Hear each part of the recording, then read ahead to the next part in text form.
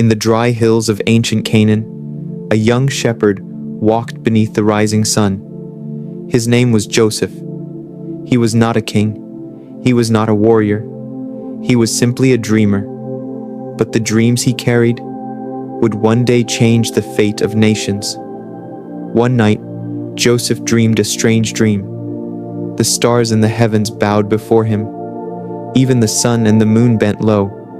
He did not yet understand what it meant. But when he told his brothers, jealousy was born. Their father loved Joseph more than the others, and he gave him a robe, bright with colors, unlike anything they had ever seen. To Joseph, it was a gift of love. To his brothers, it was a symbol of favor, and their hearts grew cold. One day, Joseph went to find them in the fields. He walked toward them with trust in his heart. But his brothers saw him coming from far away, and hatred whispered among them. "Here comes the dreamer." They seized him. They tore the robe from his shoulders, and without mercy, they threw him into a pit.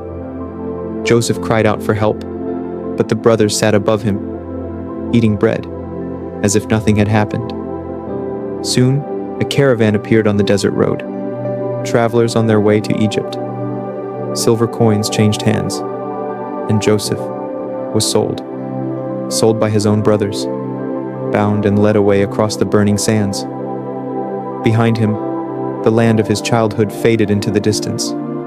Ahead of him, only the unknown. Egypt was a land of power, a land of gods, kings, and towering pyramids. But Joseph arrived there not as a prince. He arrived as a slave. He was bought by a powerful Egyptian master.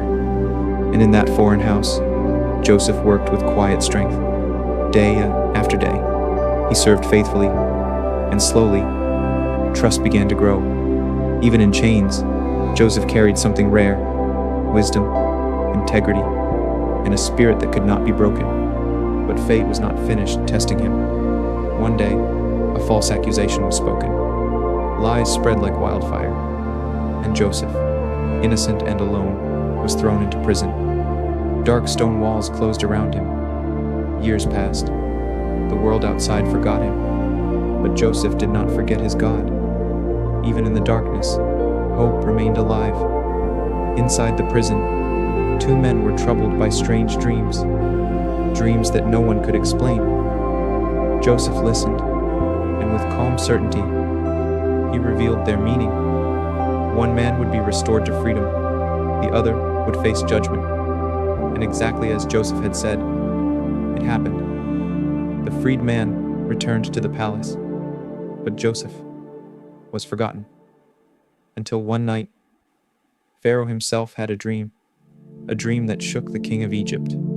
7 strong cattle, swallowed by 7 weak ones, 7 full ears of grain, consumed by 7 thin ones. No wise man could explain it. No priest could understand it. Then the cupbearer remembered. "There is a man in prison," he said, "a man who understands dreams."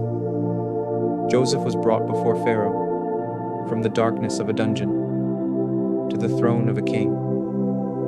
Pharaoh told the dream. Joseph listened, and then he spoke. "The dream is one message," he said. 7 years of great abundance will come, but after them, 7 years of terrible famine." The king was astonished. This young foreigner spoke with wisdom far beyond his years, and Pharaoh made a decision that would change history. He placed his royal ring upon Joseph's hand. "You shall rule over my land." Joseph the slave became Joseph the governor of Egypt, second only to Pharaoh himself. Under Joseph's command, Egypt prepared. During the years of abundance, they stored grain.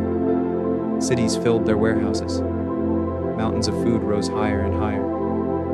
Then, the famine came. The rivers shrank. The fields withered.